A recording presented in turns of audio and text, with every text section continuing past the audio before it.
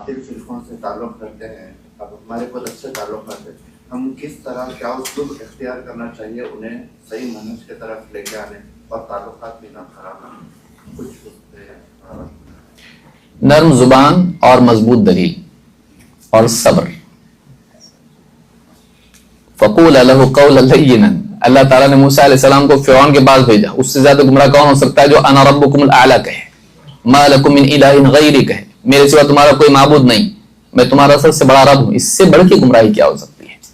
لیکن اللہ تعالیٰ نے موسیٰ علیہ السلام سے کہا وقول لہ قولا لینا، تم اس سے نرم بات کرو.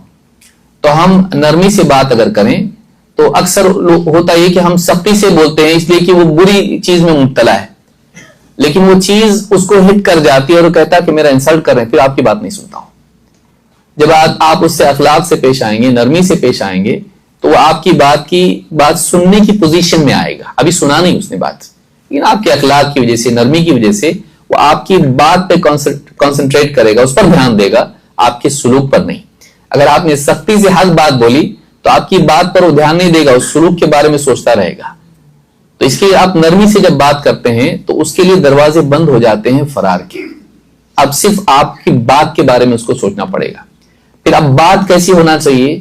ہم یہاں وہاں کی باتیں کریں، وہ بولے گا کچھ ان کے پاس ہے نہیں، بس ایسے ہم کو، کیونکہ وہ باپ دادا کے طریقے پہ چل رہا، اس کے پاس اتنے سارے دستار بندی کیے ہوئے ہرے ہرے جبے پہنے والے لوگ ہیں، اس کے پاس اتنی بڑی فوج اس کے پاس ہے، مدارس ان کے ہیں اور اتنی کتابیں ان کی لکھی ہوئی ہیں، تو اس کے سامنے ان کی عظمت ہے.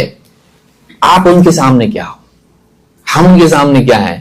تو ان کے نزدیک وہ بڑے ہیں.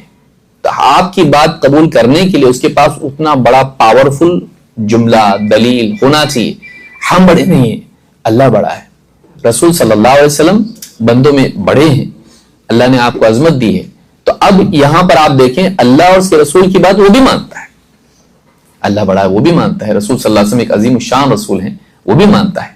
تو اب اپنے عالم سے بڑا تو مانتا ہے رسول صلی اللہ علیہ وسلم کو.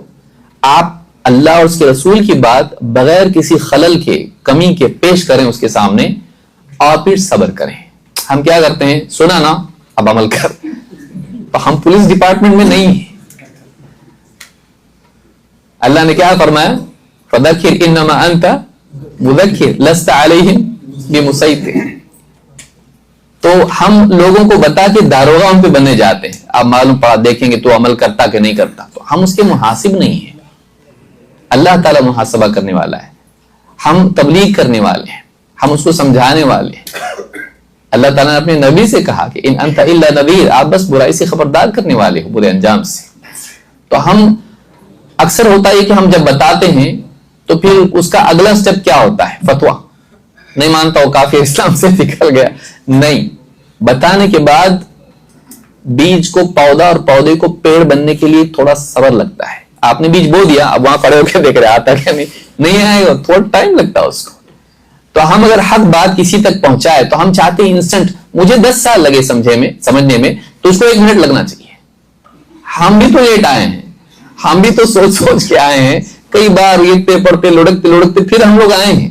لیکن ہم چاہتے ہیں کہ جس کو میں بتاؤں جلدی سے وہ بن جانا چاہیے. تو کسی کو بتا کے ہم کیا کریں؟ اس کو تھوڑا ٹائم دیں سیٹل ہونے کے لیے، سمجھنے کے لیے. آپ خود بولیں مزید غور کیجیے اپنی میری بات پر اور دیکھیں اور تحقیق کریں. اس کو جتنا آپ تنگ کرو گے وہ بھاگے گا، جتنا آپ کھلا چھوڑو گے وہ آپ کے پاس آئے گا. یہ دنیا والے جانتے ہیں. اب دینی میدان میں ہم بھول جائیں تو یہ 3 چیزیں یاد رکھیں: نرم زبان اور اخلاق. اگر اس پر آپ اور جوڑ دیں اکرام تو اور بھی زیادہ اس کے لیے اچھا ہے. اچھے اخلاق سے پیش آئیں، خصوصاً اگر سماج میں اس کا کچھ مقام ہے تو.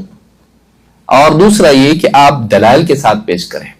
اور تیسرا یہ کہ آپ پہ اس کے بعد ویٹ کریں، مطلب ٹھیک ہے ٹائم دیں، اس کو ڈیسیجن لینے کے لیے ٹائم دیں.